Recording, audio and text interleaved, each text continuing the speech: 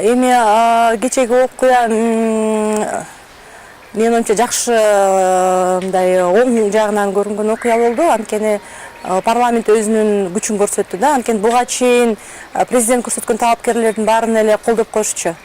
Аны талкууга деле алышчу эмес. Президент ишеним көрсөтүп аткандан кийин биз мега каршы чыкмак элек деп эле колдоп коюшчу да. Анан эми кече болсо өзүңөр көрдүңөр, талкууга чыгарбай добуш берели деген дагы сунуштар болду. Бирок көпчүлүк добуш менен талкууга коюлуп, суроолор берилип, анан баягы добуш берүүнүн жыйынтыгы ушундай болду да. Мыйзам боюнча парламент ушундай иштеш керек.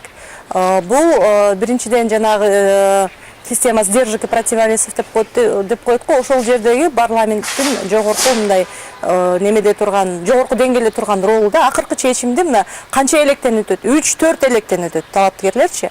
Акыркысын ошо эл өкүлдөрү шайлап бекитет. Анан экинчи жагынан бул сотторго берилип аткан кепилдик, ушундай татаал жол менен соттордун тандалышы, бул сотторго берилип аткан кепилдик дагы анан эң мыкты адамдар, эң мыкты адистер келет деген нерсени түшүндүрөт да. Менин оюмча кече ошо парламент өзүнүн милдетин, мыйзамда көрсөтүлгөн милдетин аткарды да. Кече өзүңөр байкадыңар, көптөгөн нааразычылыктар, көптөгөн сунуштама, арыздар түшүптүр парламентке. Ошолордун баары айтылды.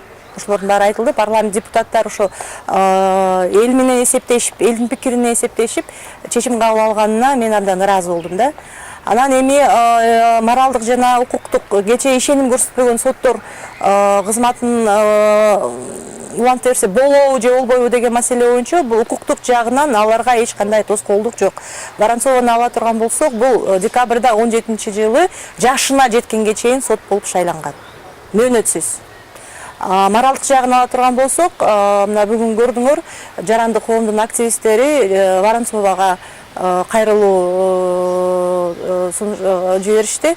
Моралдык укугуңуз жок, кече сизге баа берилди, эл өкүлдөрү берип аткан баа, бул элдин берип аткан баасы, мындан кийин сиз чыгарган чечимдерге эч кандай ишеним болбойт деп кайрылышты. Мен оюмча ушундай кечеги талкуулабай эле мисалы добуш берип койсо дагы бир жөн, бирок ушунчалык талкуу болуп депутаттар өз пикирин, элдин пикирин айткандан кийин бул судья өз ыктыяры менен эле кетип калганы оңбу деп ойлоп атам да.